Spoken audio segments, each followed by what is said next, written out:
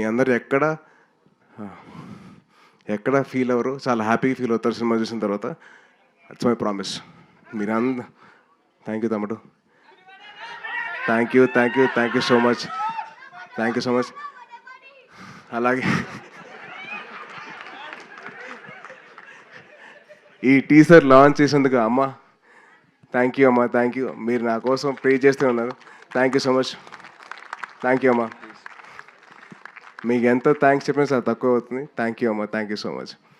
And thank you, thank you. అమ్మా mic తీసుకోండి, mic పట్టుకోండి అమ్మా. మైక్. నీ ఆరోగ్యం బాగుండాలి, నీకు జాగ్రత్తగా ఉండాలి.